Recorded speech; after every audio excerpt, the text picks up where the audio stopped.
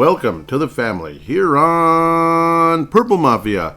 I am your host, Paladino Joey, or Joey Awajan. Purple Mafia is available on all of your favorite podcasting apps. I thank each and every one of you once and always for downloading and listening to this show. It's a great pleasure to be back on board with you once again today, as it's time to review the draft. We get to look at what the Vikings did, and it looks like we finally have QB number 2. It took about 500 years.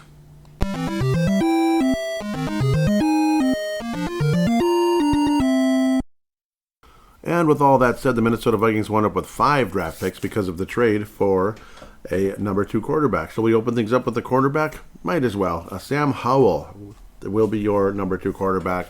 Of course, you probably already know that if you're listening to this show, but just, I don't know, you might as well jump into him right away.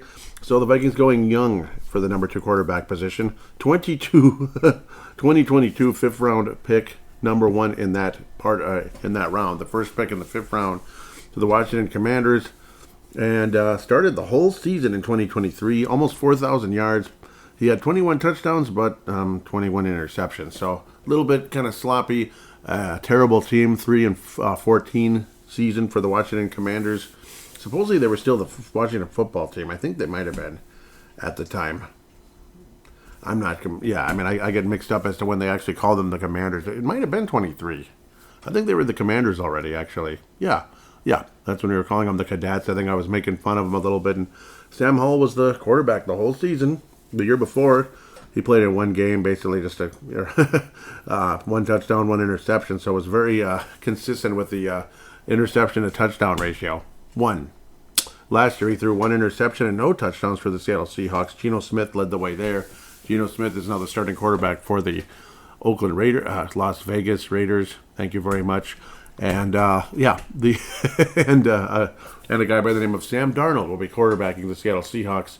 Sam Howell becoming a little bit more expendable over the course of time, and the Vikings able to acquire him, basically trading down like 40 picks. Basically, yeah, they traded down basically, and that's pretty much what happened. You just kind of exchanged picks, and Sam Howell was included in the deal. So very happy to have Sam Howell on board with the Minnesota Vikings. So that's always the good news at the end of the day. Is he my top choice? Of course not, but is he like the worst? Not really. No, I mean, not really. I was kind of hoping for an older guy to kind of be more of be like more of a mentor. I don't know if Sam Howell's going to be a mentor. Maybe they see Brett Ripien as that kind of guy.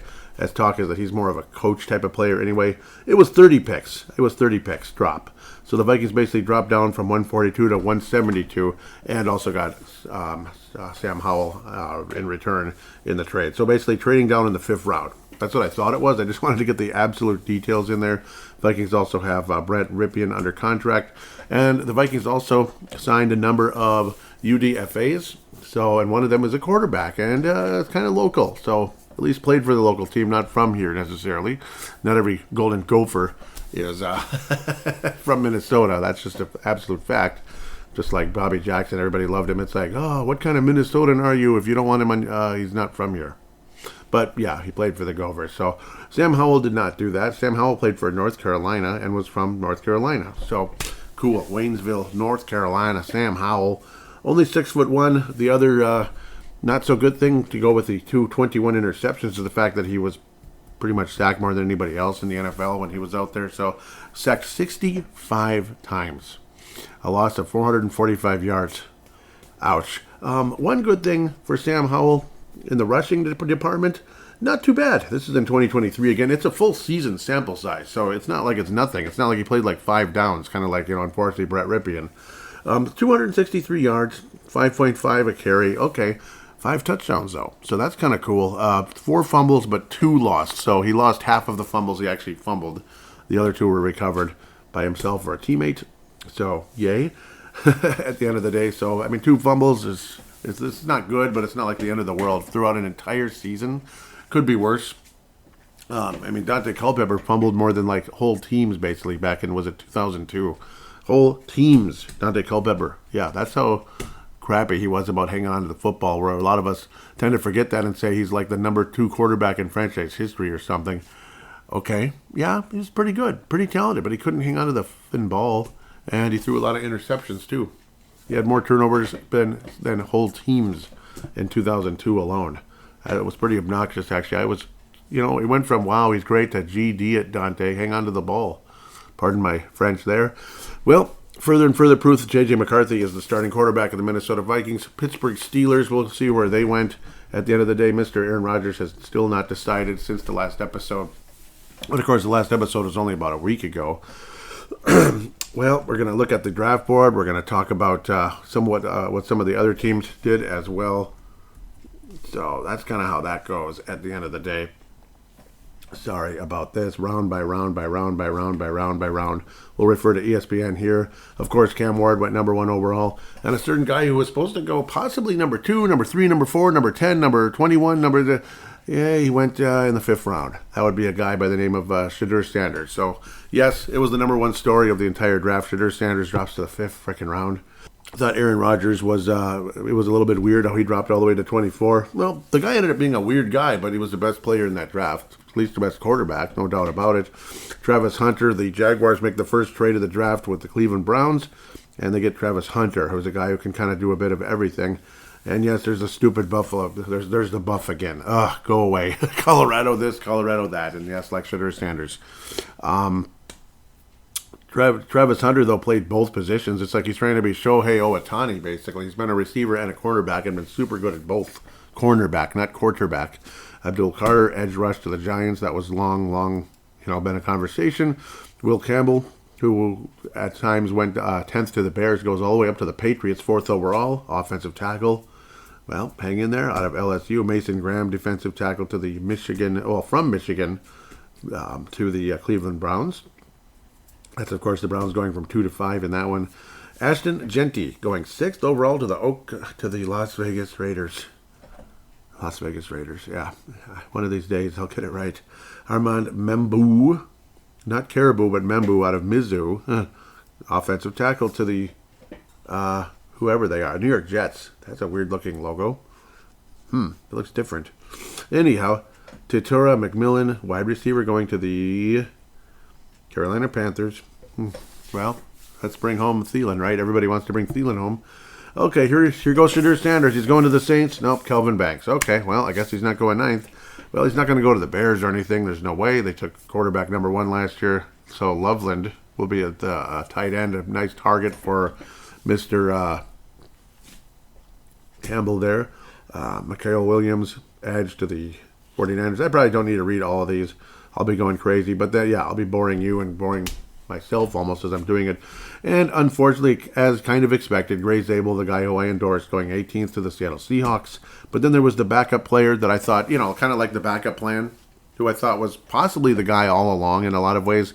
Like, okay, yes, you'd love to have Gray Zabel, but he's not going to be there anyway. He's going to be gone. He'll be gone maybe as high as the Bears or something. Who knows? But that didn't quite happen. Derek Harmon, a lot of people liked him a lot. Defensive tackle. To the Steelers, Jahdae Barron, a guy I liked a lot, cornerback with a ton of athleticism, going with Sean Payton's Denver Broncos. All right, so 20th overall there. Matthew Golden, the first wide receiver drafted in the first round by the Green Bay Packers since 24 years, pardon me. So that'd be like 2001. There is no 20 there. 2001. That sounds real good. It's 2001. But then Donovan Jackson, DJ, coming to Minnesota. Donovan Jackson, 24th overall. Remember, he was one of the 3 top guys that I was talking about on last week's draft. He was one of the big 3, basically. It's going to be him, Zabel, or Starks. I thought it was going to be one of those 3. Maybe Barron, but I figured he was going to go higher. And then I'm like, Zabel's probably going to go higher too. There's a pretty good chance we wind up with Donovan Jackson, and I'm fine with that. Offensive tackle, offensive guard out of Ohio State. He's a guard, left guard, but he also played a lot of left tackle for Ohio State, which is like one of the top programs in the entire country. Wyatt Davis did come from Ohio State. Yes. I remember he was like, it's not like he came from Ohio State or something. Actually, he did. But Wyatt Davis was later in the draft, and wow, this guy looks the part, like I was talking about in the last conversation. We'll see what some of the Yahoo experts have to say as well, but Donovan Jackson, yes, very happy to have him. And, of course, pre-draft analysis, I guess we'll say, this is on ESPN. Jackson started 30 games at left guard and 9 games at left tackle at Ohio State. He covers up defenders and gets some push in the run game. Yep, he's definitely a big help in the run game. There's definitely a focus in this offseason to help bolster the run game because last year was freaking frustrating. Like, when did the Vikings score their first touchdown of the season with the run game? Well, I can't remember how late in the year it was. Was it like the 10th week or something ridiculous? And wasn't it like Cam Akers? Wasn't he the first running back to run the ball in? I think he was. I mean, that's how pathetic it was, like the run game, especially in the red zone. It was utterly pathetic. It's like, well, I guess we're kicking a field goal here. Yet we still found a way to win 14 games despite that kind of a, gaping hole. It was pathetic. So then it's like, okay, this interior line is disappointing, for lack of better words. Might say something mean. It's too mean. You can't say that, especially if you're a head coach. That's just naughty. So then you bring in Pat Kelly, who looks like the meanest son of a gun you ever met, and Will Fries, who's one of the most talented guards, probably about as good a guard as you're going to get in free agency. And now you get Donovan Jackson. So your interior line is completely different now. You also still have Blake Brandel for depth, so that's actually quite wonderful. Brandel can play left tackle and guard. Jackson can play left tackle and guard. So, obviously, that's wonderful. Jackson's 6'4", 315, so tall enough to be a tackle, but be a heck of a guard at 6'4", 315. Looks pretty fantastic there. Also, what did he have? Like the highest GPA of the entire team, so that's pretty cool. Looks like a smart guy, looks like a nice guy, looks like a cool guy, and looks like a good football player, too. So, probably not looking for, like, where's the party dudes. When I see that, I'm just like, okay, yeah, no, that's okay. And then you have Shedeur Sanders, who's not where's the party, but why am I not this? Why am I not that? Why is my line not blocking for me? Blankety blank, Yeah, and my dad's a jackass too. No, like he wasn't saying that his dad is a jackass, at least sometimes. Deion Sanders, yeah, I'm not a big fan. It took about 5 minutes to realize years ago when he was in the NFL, all those years ago. I'm not a big fan of this guy. He's an ass. He's an ass. Praise the Lord that he's a Christian, but he's still an ass, though. Come on, man. I guess he's being... Matt Miller's comparing him to Isaac Seumalo, so I don't know that one super well, and that makes me sound probably pretty dumb right now, and I probably shouldn't have said that, but I said it. From the Pittsburgh Steelers, pretty good guard, yeah. Okay, yeah. My brain's starting to catch up here. He's pretty good. So not like a superstar, but a good player. This one's 31 years of age. He was a third-round pick by Philadelphia. So he ended up going kind of cross-town, so to speak, or cross-state from Philadelphia to the Pittsburgh Steelers over the course of time. Where am I? Yes, Donovan Jackson, very happy. Then the Giants, who apparently still the Vikings when it was their pick. It was just like, excuse me, after when they started talking to Matt Golden there on ESPN, that it was like, boom, Vikings pick is in. It's like, holy cow, that was fast. So there was pretty much zero analysis about who the Vikings were going to take. They were too busy talking to Matt Golden. So, okay, good for him. And he'd probably be a nice target for Jordan Love, which is not a good thing for us, I suppose. The Giants most likely were talking to the Minnesota Vikings about moving up. The Vikings were like, no, this is the guy here. I'm not really interested in doing the Rick Spielman route, trading down and getting, just trading down and getting 19 picks. It's nice to have a few picks that hopefully are good ones that stick. And the terminology through this was called stick and pick. Well, the Vikings stuck and picked Donovan Jackson out of Ohio State. And I felt satisfied. This isn't the kind of draft like last year where it's like, wow, J.J. McCarthy, this is cool. Oh my God, they traded up again for Dallas Turner? Whoa. That's the guy Atlanta was kind of supposed to take and be like a future, stud pass rusher. But now he's on the Vikings? Holy crap. This is awesome. Dallas Turner and J.J. McCarthy. And it's like, holy cow. And the lead up to that draft with all the quarterbacks and all that. And, Drake May and J.J. McCarthy, who was, 15 times on the mock drafts. And I endorsed it 100% because I really liked what I saw. J.J. McCarthy was my guy going into last year's draft, so when the Vikings wound up with him, I was thrilled. Kept thinking he was going to wind up with the Giants or something. It's like, doggone it. But it never happened. The Giants took their receiver instead, thinking, let's give Daniel Jones a target. Well, now they got Jackson Dart. I guess he's their guy. He's going to hopefully throw darts for the Giants. So we'll see. He's got a chance. Ole Miss not exactly in my opinion, a quarterback mecca or whatever the terminology would be. But okay, we'll see. Best of luck to Jackson Dart and the New York Giants. Malachi Starks finally gets drafted by the Ravens. A perfect team for him, I think. Obviously, the Vikings could have been nice with Mr. Brian Flores, I'm sure. It would be fantastic considering how good the Vikings defense is with Flores in charge. But then you have, the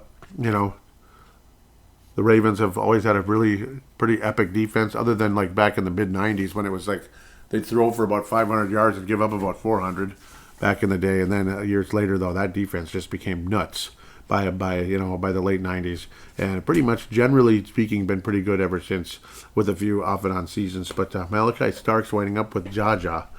So those are the three big boys that I was talking about probably coming to Minnesota: Starks, Jackson, or Mr. Zabel. And Zabel went earlier than the others. So we'll continue second round and such. Unfortunately, the Vikings didn't get a second round pick, but to look at possible players that could have been taken, you think, okay, Cleveland's going to take Sanders. Yeah, they took him in the 5th round. Took him like 20. took him about 5 years, and they took another quarterback too, didn't they?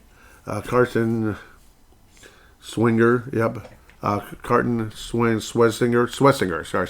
Yeah, I've heard that name before. Linebacker. So no Sanders there, and then it just keeps going down and down and down and down and down. Trevion Henderson went a bit lower than people thought. Nice pick for the Ravens. What are they called? The Patriots. So that's a big name running back who a lot of people saw as a first-round talent, going to the New England Patriots. 38th overall. Not bad for them. Tyler Sow instead of Sanders. 40th overall, going to he's a quarterback, of course, from the Louisville Cardinals, going to the New Orleans Saints instead of Sanders, and will be competing with Rattler, I suppose, because it ain't gonna be Carr. They're gonna park the car for the season. Unfortunately, wasn't that funny? How come you're not laughing? Come on, it was funny. Okay, I don't know. They're gonna park the car. Yeah, that's what they're gonna do. Anyhow, just looking to see other names that I was kind of looking at. But, Will Johnson was a definitely first-round cornerback. I wound up with the Arizona Cardinals, so good for him. Instead of Louisville Cardinals, Arizona Cardinals of Will Johnson. So good for him, I suppose. That's a big one, coming out of Michigan. And Minnesota's first pick. Minnesota's first draft pick, Minnesota Gophers anyway. Offensive tackle, Ariante Irsay, going to Houston Texans. So congratulations to Houston taking a Gopher. Minnesota Gophers. We've had a lot of coaches with that accent over the years. The Gophers, Gopher Nation. Going to take Gopher Nation to Pasadena. Sure we are. Okay. Anyhow, Darius Alexander rolls right off your tongue, going to the Giants. Number 1 in the 3rd round. Eventually we'll get to some Viking picks. And the guy that I thought was going to possibly be there, kind of a safe cornerback for the Vikings, like the Donovan Jackson of cornerbacks, kind of a stay-at-home guy. The NFL draft boards, apparently, all the war rooms out there, all the different teams, saw him as maybe too safe of a pick, too much of a stay-at-home guy, and maybe nothing all that special. But I think Donovan Jackson's probably going to be a hell of a guard in the NFL. But Isaiah Thomas from Florida State going to 73rd overall to the New York Jets. So, all right, well, he could be joining a pretty damn good secondary. That's one of the things they had going for them in New York Jet land. Otherwise, they're not flying real well. Excuse me. Caleb Johnson, Iowa, keeping the same color scheme, going to the Pittsburgh Steelers. Okay, so obviously, I've got a lot of people from Iowa listening to the show. So a lot of you know who that is, of course. Not all of you might not necessarily be your team, but probably Iowa Hawkeyes. Basketball's got a lot more variety, like Northern Iowa, Iowa State Cyclones, and of course Northern Iowa and the Iowa Hawkeyes. They look a lot like the Pittsburgh Steelers. Caleb Johnson's going to the Steelers. Good for him. Man, that's a funky name. I see some funny ones, obviously, in here. I thought I saw another Minnesota guy, but I know there is one coming up, and of course, one coming to the Minnesota Vikings as well in undrafted free agency. With the final pick, obviously the Vikings trading down a bit, trading down here at the last second. It's like, sheesh, are we ever going to pick anybody here on Friday? Well, we finally did with the very, very last pick of the entire day. Vikings finally took somebody. Ty Felton, Maryland receiver, similar to a certain Maryland receiver that was picked by the Vikings 10 years ago. In 2015, a guy by the name of Stephon Diggs, 5th round pick. The reason why he slipped was kind of like a little bit of that attitude diva thing. Well, he ended up being a heck of a player, but the attitude diva thing did rear its ugly head later on, and it's still there 10 years later. Oh, yes. Stephon Diggs, hell of a player, but diva. Just like number 77 on Los Angeles, in the basketball world. Talk about divas. It's giving me the willies. Yeah, Wolves are down by 4, trying to take a 3-1 lead on the frickin' Lakers right now. Frickin' Lakers wearing those ugly-ass white uniforms, pretending to be like the Vikings, but no, the Lakers were meant to wear gold, not white. Anyhow, or purple. Anyhow, next, Ty Felton's coming to Minnesota. Very lanky. Holy cow, he's a skinny-looking guy. He's got a very skinny frame, but holy cow, is he fast. Oh, is he fast. So, 10-yard split, 1.51 seconds. Are you kidding me? 40. 4.37. Jiminy Christmas. Jumps at the combine were all outstanding. And what's funny is a lot of the stats that he came up with, the combine, the speed and the leaping ability, he was actually pissed off saying, damn it, I could have done better. So that's interesting. Vertical threat. Yep, he can definitely jump like crazy. He can fly up the field. He's got great straight line speed. You get him in stride in the flat, it's a pretty good chance you might have yourself a touchdown. I honestly see Ty Felton as, I think he could be a wonderful kick returner. Now, of course, again, I mean, the return game is dangerous for any player, and a guy with kind of a skinny frame like that. It is what it is, but the straight line speed can be some special stuff. Straight line speed can be absolutely great, but when he gets into that second, third gear or whatever, yeah, I mean, it could be game over. I mean, Randy Moss was built that way, wasn't he? He was pretty lanky, especially when he first came into the NFL. Randy Moss was definitely a lanky guy, but when he would get a step on somebody, it was pretty much game over, especially in his rookie year, as the cover 2 nonsense hadn't taken over the league yet. Eventually, teams would counter that with some of more of that West Coast style and throw for frickin' 500. I'm getting pissed. I hate Luka Doncic. God, sorry, but throw for like 500 yards on you underneath the cover 2, and then the cover 2 became useless pretty quickly years later.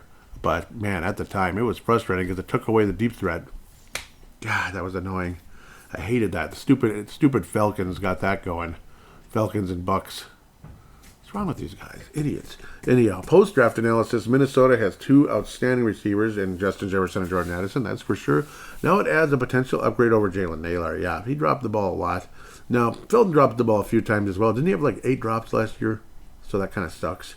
This is, of course, with Maryland. Anyhow, Felton is versatile enough to line up wide or work out of the slot for the Vikings.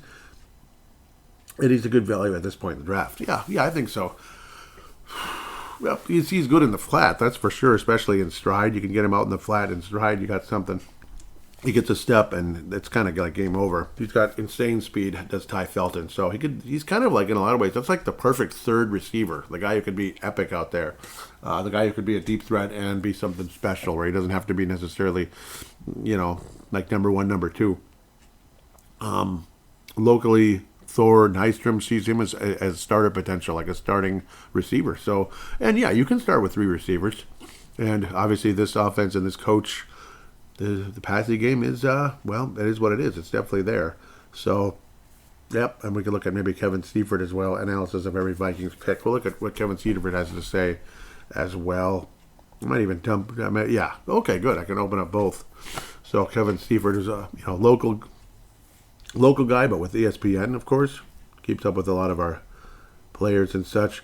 Tyron Ingram Dawkins, now round 5, 139 overall from the Browns. Vikings signed 2 defensive linemen. Yep, remember those guys, Jonathan Allen and Javon Hargrave, but Allen is 30, Hargrave is 32, so Harrison Phillips is 29. So this guy can definitely bring depth and all that. Yep. So he can, he's a rotation guy. That's what they're saying. And of course, Mr. Flores. Yep, this is more of a Flores type of a pick. There's no doubt about that. So Tyron Ingram Dawkins on his way to Minnesota. Pretty cool at the end of the day. So, I mean, it's, he's a depth guy. He'll get the rotation. He'll get in a bit of a rotation because you're not going to just throw the same guys out there forever. And, of course, you keep guys fresh. And you can get a very aggressive pass rush that way. And obviously keep guys fresh. That's the whole point. Less likely to get hurt for one, especially two guys that were hurt last year a bit. So that have had injury history, Jonathan Allen and Javon Hargrave. So that's a fact. Jonathan Allen and Javon Hargrave have had injury history, unfortunately. So it is what it is. Then the Vikings get a little bit funky with a tight end named Gavin Bartholomew, tight end of Pittsburgh. Vikings would have back-to-back picks in the first round. Kobe King actually went ahead of him, but I guess we'll start with Gavin Bartholomew. Yep, but we needed depth at tight end. Nick Muse was the number 4. Jonathan Munt left, didn't he? T.J. Hawkinson was disappointing last year and was hurt. Obviously, Oliver is still here, so that's good. But at least get a third guy, possibly, to compete. And we'll see what happens with Gavin Bartholomew, Kobe King. Also, he's related to a Green Bay Packer. I know Brent Jacobson, my friend here in town, of course, and God bless Brent Jacobson. He's gone through some, unfortunately, some health issues not too long ago, so that's unfortunate. Here we go. Yes, he was saying how the Vikings drafted Kobe King, who's the twin brother of Packers cornerback Kalen King. So cool. Thank you for that. Brent Jacobson. Yep, he's a twin brother of Kalen King of the Green Bay Packers. King will get this. He's a linebacker from Penn State. So, yep, sticking around in the Big Ten here. King will get an immediate chance to contribute on special teams. Yep, I can imagine that. Yeah, I was thinking like a 6th-round linebacker, that's special teams. But you never know. Could be depth behind like Blake Cashman, Ivan Pace, guys like that. So, exciting. And, of course, you can maximize potential and keeping guys fresh and all of that. So, hopefully Kobe King is a nice pick here for the Minnesota Vikings. Again, guys like that usually get their first action in special teams. It's just how it is, later round, like linebacker type players, linebackers, cornerbacks, stuff like that. Special teams, offensive line is what it is. They might get on there some, but we'll worry about that in the future. It's a long snapper, dang it. No, not like that. So now we're going to dig more into the regular draft again. Vikings draft class, though, it's it's kind of meat and potatoes with a little bit of extra mustard when you talk about the receiver. For the most part. Otherwise, it is meat and potatoes. You got, offensive line with the guard. You got the defensive line, linebacker, and tight end. But then you have that little bit of extra spice, little extra mustard, spicy mustard with Ty Felton. So that should be exciting at the very least. And, yeah, Vikings getting another receiver that could be better than, say, a Jalen Naylor. Like, God bless Jalen Naylor. But there were times where it's just you're almost crying. Like, oh, no. How did he drop that? How did he miss that? You're kidding, Jalen. It was heartbreaking. So we'll see if Ty Felton is an upgrade and definitely can help with special teams. I think he can help. I think he's got kick returner written in his future. Honestly, with that straight line speed, that's what I see. I wouldn't be surprised one bit if they at least attempted that. Yep. And then what's his name continued to slide, Mr. Sanders. Shedeur Sanders sliding. Along into the 4th round. It's like, my God, he got to Saturday, and it's like nothing. What's going on? Is he ever going to get taken? This is weird. What's going on here? And again, didn't Cleveland take a quarterback as well? Pretty sure they did. Oh, doggone it. Yeah, I wish I could. Wish you could organize this a little bit, but okay. Nope. We'll get back to it. Yeah, I apologize. But, I'm pretty sure, Cleveland took a quarterback, but I know the Saints did for sure, obviously. But Cleveland eventually takes Shedeur Sanders, 144th overall, 6th pick in the 5th round. 6th pick in the 5th round, Mr. Shedeur Sanders goes to Cleveland. Minnesota Vikings, of course, making their trade earlier. First we acquired Tyron Ingram Dawkins. Yep. T-I-D. Tid. We acquired Tyron Ingram Dawkins. 6'5", 276. So, interesting. He's a little bit on the lighter side but I guess he does play edge. So he wanted a little bit of speed as well. He only got like 3 sacks last year, though. So it wasn't like he was this dominating pass rush, but definitely could be a rotation kind of guy at the very least. At the very least, we're going to come back to something here, but I swear Cleveland took a quarterback before Shedeur Sanders, 6th-round picks and all that. But, yep, I mean, most of these guys, yes, he had Gavin Bartholomew. And what was the other guy? Okay, yeah. I think that's what it was, LeJohntay Webster. I think he wanted him. Mr. Thor. Yep, or was it a different tight end? I think he wanted Webster.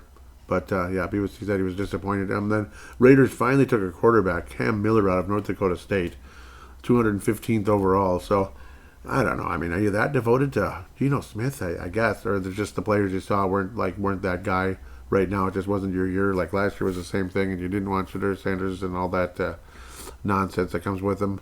So, interesting. Kobe Minor ends up being, so another Kobe with 2 E's here, out of Memphis, ends up being Mr. Irrelevant to the Patriots of all teams. And a guy by the name of Fadil Diggs. Wonder if there's any relation, but probably not. So a guy named Stefan, or the Cowboys safety. Oh, come on. It doesn't let you choose, does it? It doesn't let you really break anything down. What's going on? I don't like this. I don't like it at all. Damn it. They don't let you move around. Okay, yes, they do. Maybe. Okay, I want to look at the Cleveland Browns a minute here, because I swear they took a quarterback ahead of Shedeur Sanders. Yeah, they did. That's who I thought. Dylan Gabriel, 3rd round out of Oregon. And it's not Oregon, it's Oregon, by the way, just so you know. I know from, somebody from Oregon saying that. Anyhow, sorry, I know, I'm not trying to be condescending. Yeah, I mean, Dylan Gabriel, too. So, what's the plan, Cleveland? You finally took Shedeur Sanders. I guess you're going to bury him somewhere. You already have Joe Flacco, and what was the other guy they have? God, that's weird. Cleveland's weird. I'm sorry, Vince Romano, if he's listening. I mean, maybe he thinks they're weird, too, right now. I don't know. Mason Graham looks like a nice pick, I'm sure, out of Michigan. I hope he's okay. I hope he's happy with him. And then Schwessinger, the linebacker, so focusing defensively. Cleveland does have good defense historically. Yeah, Dylan Gabriel. And then they finally said, okay, we'll take Shedeur Sanders. Damn it, leave me alone. It's kind of like, it was almost like that. It's kind of funny. But let's look at the other guys the Vikings picked up, if humanly possible. Thought I had them here. Did I lose them? Okay, so the 20 players the Vikings signed as UDFAs. Tyler Batty, outside linebacker of Brigham Young. Nice. Silas Bolden, wide receiver Tejas. This guy named Max Brosmer of the Gophers? Really? All right. Max Brosmer coming to the Vikings, at least for now, as a potential 4th quarterback. You have 4th or 3rd, or who knows. Some people, you never know. Otherwise, for now, it's JJ number 1, Sam Howell number 2, and then Brosmer and Brett Ripien are 3-4 type of deal. 4-3, 3-4, whatever it is. Logan Brown, offensive line, Kansas. Chaz Chambliss, outside linebacker, Georgia. Oscar Chapman, punter, Auburn, so he'll be competing with Wright. Zeke Correll, offensive line, North Carolina State. Dante Fleming, wide receiver, Tulane. Rolls right off your tongue there. Keenan Garber, cornerback, Kansas State. Joe Huber, offensive line, Wisconsin. Then you get 3 consecutive Auburn players. War Damn Eagle. And God rest his soul, Cedric Paulding apparently died of a heart attack months ago, and I just, that was really sad news. I believe I think I mentioned this on a previous episode, but just in case I didn't, War Damn Eagle to Cedric Paulding, who died of a heart attack years ago. He was a listener of the show, a Navy vet with Dylan Richardson. So, God rest his soul, just in case, and even if I did this before, I'm going to do it again. Cedric Paulding, a moment of silence. War Damn Eagle, Cedric Paulding. Austin Keys, linebacker, Auburn. Robert Lewis, wide receiver, Auburn. Dorian Mossy, linebacker, Auburn. Bison Nesbitt, North Carolina, tight end. Michelle Powell, rolls right off your tongue, safety out of Miami. Trey Stewart, running back, Jacksonville State. Jacksonville State. Wow, that's different. But we'll see. Trey Stewart, that'd be quite a story. Out of Jacksonville State. That would be quite a story. Zemaiah Vaughn, cornerback, Utah. Alex Williams. Sounds like, I don't know, basketball? I don't know. Baseball? I don't know. Something like that. Football defensive lineman out of Middle Tennessee State. I've heard of that one. That's a funny one. Middle Tennessee State. I like that. Ben Urosek, tight end, Georgia. Final and last but not least, Miles Price, wide receiver out of Indiana. The Indiana Hoosiers. Max Broser, the big name on the list. Quarterback, Max Brosmer, entered the weekend, hoping to hear his name called at some point. That's how the reality unfolded. However, he went undrafted, but he got $250,000 guaranteed by the Minnesota Vikings, so that's really interesting. He'll be the youngest quarterback in the room in the NFL. Yeah, it will be the youngest quarterback room in the NFL because you have even Ripien. He's 28. He's the oldest guy, and I think he's the mentor if they keep him. JJ's 22. Brosmer's 24, interestingly enough, and Sam Howell's 24. So there he is. Howell, of course, acquired with the trade during the draft, trading down 30 picks with the Seattle Seahawks. And, yep, Brett Ripien's going to be I guess he's the mentor, pardon me. And we'll see how that goes. McCarthy is the youngest guy. And he probably should be, right? And he's the leader, too, now, apparently. He's the starter. But $250 guaranteed tells you that Brosmer, boy, they're willing to give up some bucks to have him around. So, interesting. They must like him. And good for us, I suppose, to say the least. Yeah, let's look at Max Brosmer here. Why the heck not? Gophers. What's going on? Okay, yeah, he only played one collegiate year in college football, at least for the Gophers. But yeah, he was a senior. Only got to start that 1 year, but 13 games. He was pretty good. 18 touchdowns, 6 interceptions. He was pretty good for us, for the Gophers, so that's actually pretty nice. Those are the passing numbers at the very least. 66.5%, 28 yards. Quarterback rating of 137.2. And he was very sharp, and of course winning bowl games and such, which is wonderful. Attempted to run. What am I seeing here? That's not possible. Come on, this can't be true. He wasn't minus 36 yards, was he? That doesn't make sense. Surely it's better than that. Yep, and yes, he was also good during the bowl. Yep, and the Gophers have been fantastic during the bowl. He also ran for, so Brosmer ran for 5 touchdowns. I don't know what this nonsense is, though. Are you kidding me? He was minus in the running game? I don't think so, was he? I don't remember that. And the reason why Max Brosmer is a bit older, he's one of those red shirt kind of guys, portal, not red shirt. That's not what he is, portal. His overall running numbers throughout his collegiate career with New Hampshire and Minnesota, 263, 10 touchdowns on 191 carries. So the yards per carry, not so great, but I guess that's what it is. But we're not here to talk about Max Brosmer's running game necessarily. That is an anomaly to me, though. Was he really a minus 36? I don't understand that. Did he... Something weird happened. He must have ran backwards like 40 yards or something. Must have been stacked like 40 for a 40-yard loss or an 80-yard loss or something. Like, I don't know what happened. Who knows? Or like a fumble and recovered it, but was tackled basically, that type of thing. The ball goes flying backwards. If he was able to recover it and save it, I have no memory of that happening. Because it's like I like the Gophers, but I don't watch them closely. I'm going to admit that I'm not a huge college guy. I like the NFL. Damn it! Once you like the NFL, college football looks sloppy. Just does. At least that's the way I am. Maybe I'm stupid and ignorant for saying that, but to me it looks sloppy at times.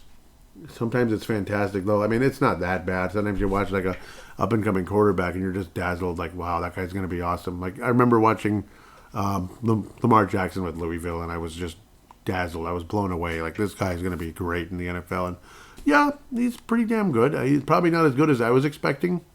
I was expecting, top, maybe right, like the next level under Mahomes, basically level. But I don't. He's close to that, but not quite. Sometimes he is, though. Sometimes he really is way up there. So that's kind of like looking at the draft and the undrafted free agents to say that. Might as well jump into the fan interaction a bit. At least attempt to. At Purple Mafia Show. At Purple Mafia Show. Trying to do that. Unfortunately, the Facebook page, I just seem to not get a whole lot of conversation there, and I don't know why. Other than, well, we lost a lot of people when we had to recreate the page. So, kind of sucks. Kind of depressing, but I guess that's kind of how that goes at the end of the day. Did post things, there were some likes and all of that, but not a whole lot of overall conversation. But we'll hear from Dave Hickey and I believe some others on the Twitter account. I don't think there's anything going on Instagram. Maybe I'll pop that up here real quick as well.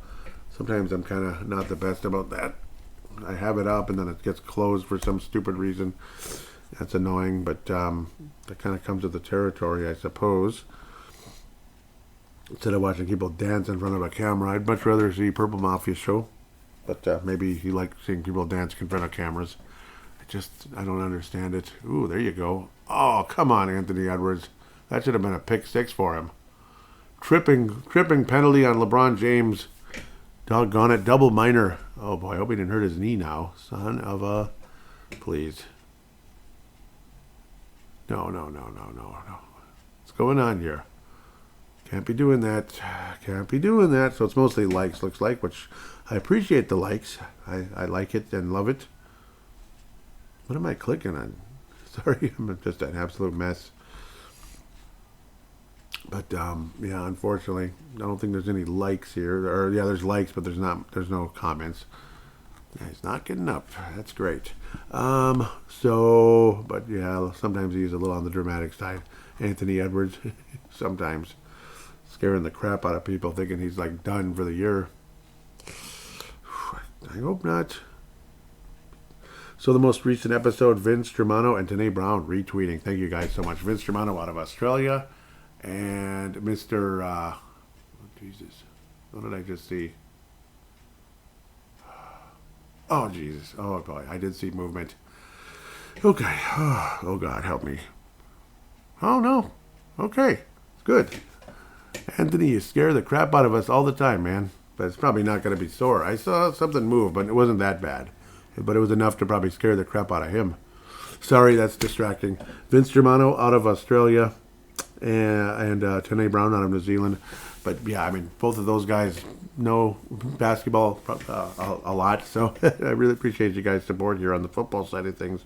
The draft preview conversation. Again, not as much momentum going into last year's draft. I mean, that was something else. Ed Ingram. Yep. Okay, yeah. Dave Hickey was reminding me that Ed Ingram was a second-round pick. So thank you very much for that. Because I was saying he was pretty high, wasn't he? And it's like, yeah, he was. He was a second-round pick. So definitely disappointing. Yeah, he was disappointing, to say the least, him being Eddie Ingram. So, Tanae Brown? Oh, no. Who's this? T. Lane? What's going on here? Yeah, sharing something from Purple Mafia Show here. Tactical Illusion. What's going on? Is he trying to scare me or is he trying to sell something? I'm not sure. T. Lane 23, huh? Okay. Diehard Viking. Okay, I think he supports the show. So, and let's just say I agree with, in case you're listening, T-Lane 23, I agree with you on a lot of things. Wink, nudge, nudge. And we'll leave it right there. Yeah, that's a cool look. And I guess it's like a Mr. J.J. McCarthy number 9. But that scary looking skeleton underneath, that's a little spooky, but it is what it is. But just in case you're listening, T-Lane, nice to meet you. Thank you for following the show. Really appreciate you. John Cariso locally, yeah, he was saying the Vikings pick was in immediately. Love to see it. And I was saying, yeah, they really wanted a guard. He should be a good one. We now have a full offensive line. Yeah, because that's the exciting part. Like we have a full offensive line, so that's awesome. A few people I'm gonna try to follow some people. Why not? Hopefully get some love for the Purple Mafia Twitter account. Follow back, will ya? Follow back now, you hear? Okay, let's back up. John Cariso locally, of course, good guy. Definitely helped the Vikings Stadium pass. The Wolves took a 1-point lead. And Anthony Edwards is playing and not, in a training on a training table somewhere, praying to God that he'll be playing 2 years from now. You know how the NBA is. Guy has like ACL or something, and they don't come back, man. Not for a long time. What'd you think it was? The NFL? Just kidding. Okay, Wolves have a 3. Okay, enough. What's my opinion, mate? Why is he dropped? Yep, that would be Shitter Sanders. So apparently, like Trent Tucker was saying on not because he's this football guy, he's a basketball guy. Trent Tucker on In the Zone, which is local KFAN, was saying, yeah, like more than likely that Shitter Sanders rubbed somebody the wrong way with something he said, and that word gets out. I mean, I don't know how the heck you go to the fifth round. What kind of bleeping closeout defense was that? I mean, I've seen better closeout defense in 6th grade. They just stood there and watched the guy shoot. Sorry, I'm a little...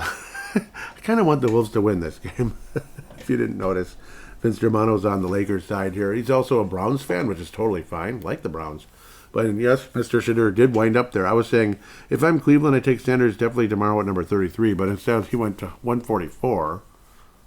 Okay, Wolves hit a 3 and let's take a 3-point lead at halftime. Good. Okay. Why is he dropped? Apparently, yes. It was about probably saying the wrong type of stuff. And he did throw his offensive line under the bus. And his dad is obnoxious.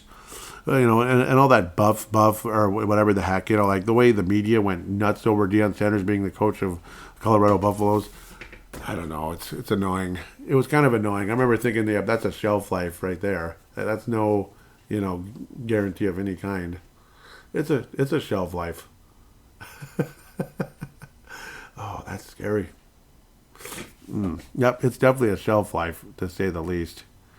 When it comes to Deion Sanders, I think, and I don't know. I mean, it's like worse than like the whole LaMelo Ball thing. He didn't even slip that much. Like his dad was obnoxious. He certainly has gotten quiet, hasn't he? Because not LaMelo Ball, but what's the Lonzo Ball. Yeah, the people were making such a big deal about him, and he became an injury-prone guy and a role player. LaMelo ended up being pretty good, but injury-prone as well. So his dad was a lot quieter. Anyhow, but about Shitter Sanders. I mean, it's kind of a combination of things. He thinks he's better than he is, that type of thing. He's talented, but I don't know. He doesn't have like breakneck speed, and he's not like the greatest passer ever either. But definitely talent. There's definitely. I was saying, and I was just kind of rushing to things, saying I'd easily take him. He's the second best quarterback in the draft. Lots of talent. Yeah, he's talented, but it's like the more research over the course of time and kind of keeping up with things. Or getting caught up with what he really is. It's like, yeah, he's talented, but he's not like this can't miss. That's what it is. And is that worth all the absolute drama that can be brought with? So as a 5th round pick, he pretty much has to shut up and practice and all that and do the dirty work now if he's going to be a successful player in the NFL. 5th round picks, it just is what it is. Like, you got to do the dirty work. Tom Brady did the dirty work as a 6th round pick. And he was coming in without any touting at all. And it didn't take too long. Like, if you're talented enough and you deserve to be the guy, then so be it, Jedi. So be it, Jedi. But if you're not, well, then you're not. That's just kind of how it's going to have to be. So we'll see what happens. I know Vince Germano is not a fan of Kevin Stefanski, unfortunately. Let's just say I like Stefanski more than Vince does. But again, that might not be saying much. I mean, I like him okay. Vince can't stand him. And he has more of a direct, he's more, it's his team where, I'm not, with Cleveland every day. I'm with the Vikings more so. Vince continues saying, I'm happy to take him, brother, but there's got to be a reason he slid down the board. Apparently there's a reason, and man, there's a reason. It's a historic slide, and yeah, for him to slip down maybe 130 picks or so lower than he was maybe going to go is pretty remarkable. And from 33, he slid another 111. Just doing the math there, 111 picks. It's pretty wild stuff, man. Pretty crazy, to say the least. He was pretty much the story of the draft, which is unfortunate, actually. You wish he wasn't. I wish it was something else, but we'll see what happens. I'm just glad Anthony Edwards didn't just have an ACL. I mean, that scared the crap out of me. I saw movement. But it wasn't enough, though. I mean, sometimes when you see big-time movement, then it's like, yeah, good. We'll see you next year. But it could be like just one of those where it scares the living bleep out of you. I've had that happen, and then you stand up and you're okay. So, Dave Hickey out of Iowa says, what were we talking about here? I was saying, when you see the amount of people in Green Bay for the draft, it's just like, what's the point? You can't even enjoy it. Would you rather just watch it? I mean, I would rather just watch it 10 out of 10 times. Dave Hickey says, no kidding. It's great to see. It's great to go see a game every once in a while, but they are pricey. Yes, and they are pricing me out of there. Yeah, like everything. Like just like a bottle of water at the Minnesota Wild game, $6. Or was it $6.50? Oh, sorry. Or was it $7? It was at least $6 though. $6 for a bottle of water. You know, $6. Yup. Continuing. The best place is always right at home. I heard the boys at Score North. Yeah, I think I like them more than KFAN. By the way, I like Score North more than KFAN. Anyhow, I heard the boys at Score North. The price for a single beer was $17 at the draft. $17. Oh. The only good part is you'd hope that would keep people from, like getting punch drunk and being a complete moron and annoying people. And in that kind of setting, you can't afford to be punch drunk because you can't even move hardly. If you're drunk and obnoxious, you'll die. Seriously. You'll either die or kill people. When there's that many people there, that's dangerous, man. Dangerous. Next. Yes. Oh, yeah. Another thing, too, going on is Minnesota Twins posted out that our thoughts are with Tony Oliva and Ken Herbeck and their families as they recover from recent strokes. Get well soon, Tony and Kent. Strokes. Kirby Puckett died of a stroke in 2006. But the good news is, yeah, if they're already recovering, then hallelujah for that, because Kirby, it was pretty much it. It was like just boom, I think it was just boom, and then there was too much, when something like that happens, and then there's too much brain damage, and that's it. And they pull the cord. Pull the plug. It's absolutely sad as hell, 2006, that's a long time ago. So, wishing these guys the best, and glad to know that they're actually on the road to recovery. So, Tony Oliva, Ken Herbeck, yes. Tony Oliva going all the way back to the 60s. Ken Herbeck, of course, 87, 91, and going back to the early 80s to 94. Great career with that first base, the sliding catch. Kent, you're the greatest, man. Bloomington native as well. So, Tony Oliva, Hall of Fame legend. Yeah, man. So, love those guys. They're the greatest. So, yep, hoping the best for them, for sure. Dave Hickey, looks like that's it. Here it is. Dave Hickey says, let's see if there's a response to something. Okay, I was saying, well, so much for Gray Zabel. Off to Seattle at 18. I guess we could have figured as much. Dave Hickey wraps things up saying, I think we got a good one in Donovan Jackson. Another college champion 2 years in a row. Isn't that nice? With hated rivalries with JJ and the new rookie. Yep. That is pretty exciting. For sure, because, Michigan, Ohio State, that's a pretty bitter rivalry, all right. And both of them have won national titles, so pretty cool when you think about that. So you get some champions in Minnesota, hopefully to bring a Super Bowl championship as well. So great thinking, Dave. Love it. Gold star for Dave Hickey for this episode. Gold star. Vince Germano, silver. And where's everybody else, damn it? Miss you guys. Hope Tanae's doing all right. He must be busy because don't even hear him on TE much. So it's kind of sad. But if he's busy, he's busy. I mean, it is what it is. People get super busy.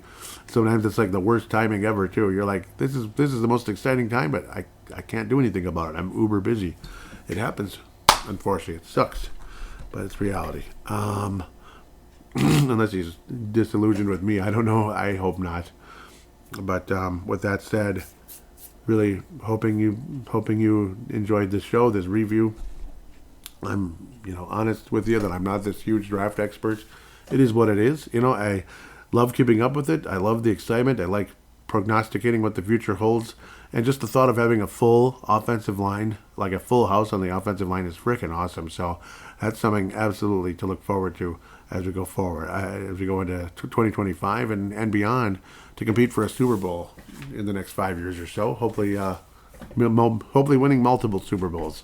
But get that first one. First things first, get number one, and then anything after that is absolutely freaking gravy, like you wouldn't believe.